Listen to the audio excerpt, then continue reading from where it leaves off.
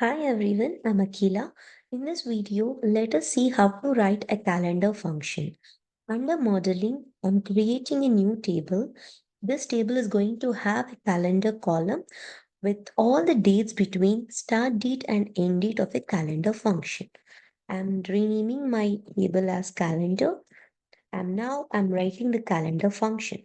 Calendar function will have two parameters, start date and end date.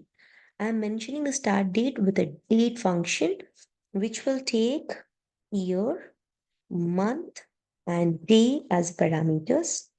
And end date is also with date function, year, month, and day. So my new table calendar will have a single column with all the dates between this January 1st to December 31st of 2024. See? So all the dates from 2024 to December 31st has been added. Hope this is useful. Thank you.